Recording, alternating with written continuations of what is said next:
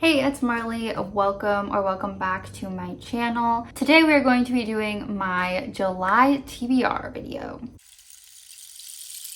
As always, I do have a few books that I already know I want to get to in July, but then we are going to be doing a fun little activity to decide on the last 3 books to appear on my TBR. This month we are going to be going back to my TBR cards that are from Hey Book Lover that were gifted to me by a friend. I've used these cards a few times now, and it's always fun to see what the prompts are going to be. So we will get to that later on in the video. But first up, as always, I do have a planned reading vlog for the month of July. I think the theme might be a little bit obvious for this one, but I'm just gonna run through what those 3 books are going to be really quickly. First of all, we have The Winners by Fredrik Backman. This is the 3rd book in the Beartown series by the Swedish author Fredrik Backman, who is one of my faves. The Beartown series is about this town that is named Beartown, and they are really obsessed with hockey in the 1st book. It's kind of the activity, the thing that brings the whole town together. But tragedy strikes when one of the hockey players, I think it's the captain, actually commits a crime against a young girl in the town, and we're just following all these different characters and how they're dealing with the situation. In the 2nd book, we're continuing to follow all these different characters within the town, friends and family, and they all have different relationships with each other. It's very emotional, it's hard-hitting, but yet Fredrik Backman is just such an amazing writer, where he also is really great at including humor.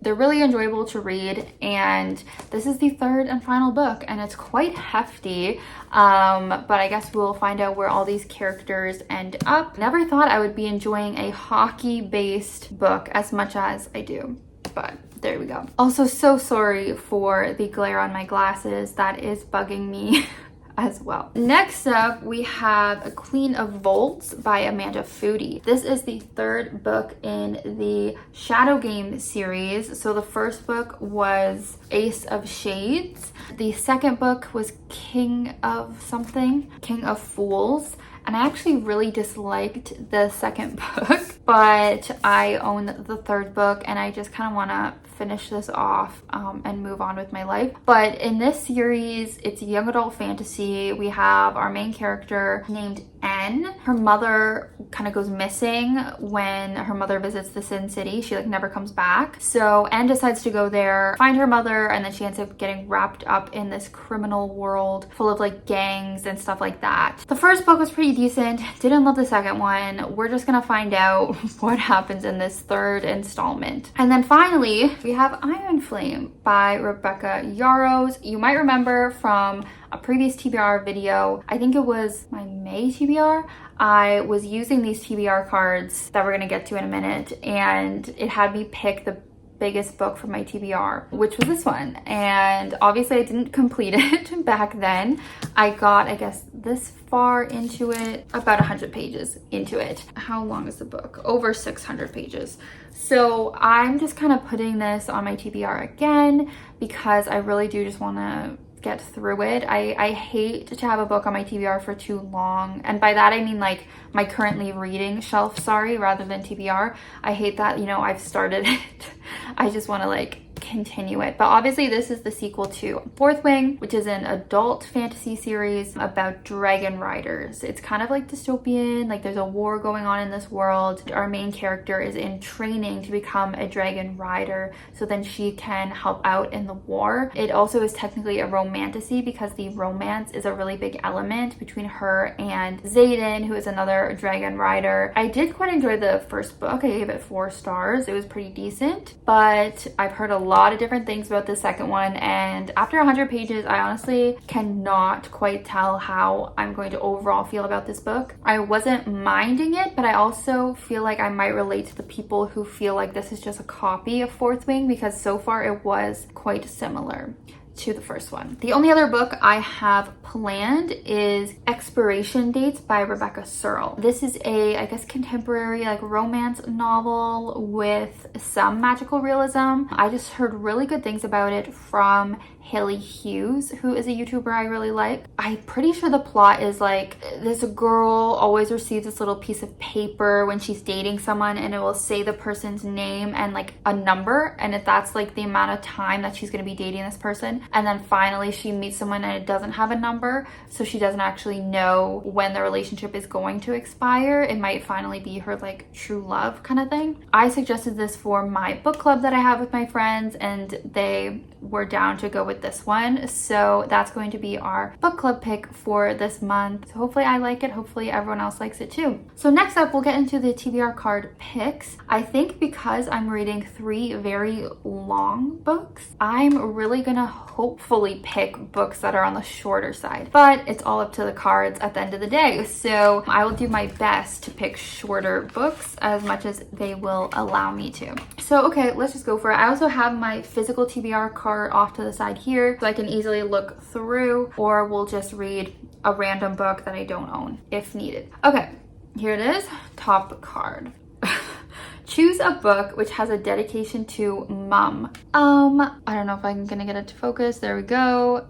Something dedicated to mom in quotes. I potentially do not have any books that have that dedication, and this is going to be one where it's like I have to go with my physical TBR because I'm not going to be able to easily check the dedication for any non-physical books. Should I be easier on myself and just say as long as they dedicated it to their mom, it will count, even if they didn't say quotes mum? That kind of seems like it's going to be a British author. Very random. Okay, let's just take a look then at some dedication pages. First one doesn't even have a dedication page. Okay. What the heck? This one didn't have a dedication either. What's with this? Nope.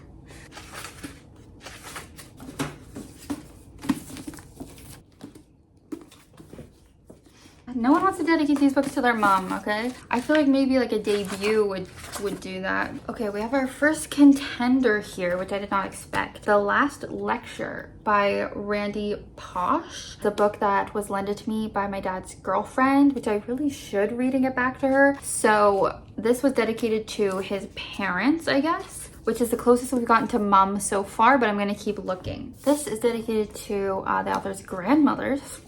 This is also dedicated to the author's grandparents.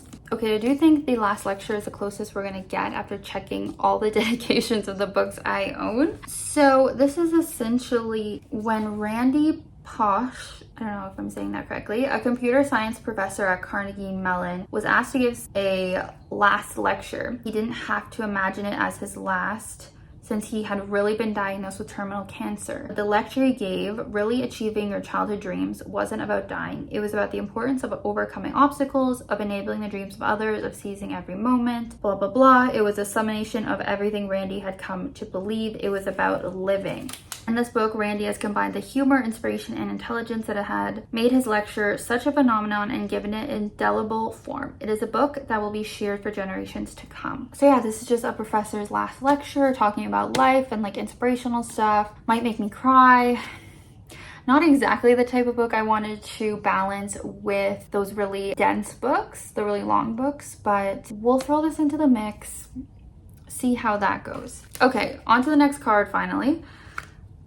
We have Choose a Book, which has a 1-word title. That should be easy enough to complete. Now, I was gonna try to add some thrillers in here because I've been really missing thrillers and they keep not appearing on my TBR for whatever reason. But I think I'm gonna take this opportunity to read Solitaire by Alice Oseman. I mean, it just really fits the prompt for the 1 word. This is one of the only books I have left to read from Alice Oseman, and I do consider her a favorite author, and I have just been loving most of her books. So one of my goals, if you watched my mid-year freak out tag video that I uploaded recently, one of my goals was to complete her backlist. So this would be helpful for that. So I'm gonna go ahead and put this on the TBR. Okay, and let's pick one more card. Let's make it a good one.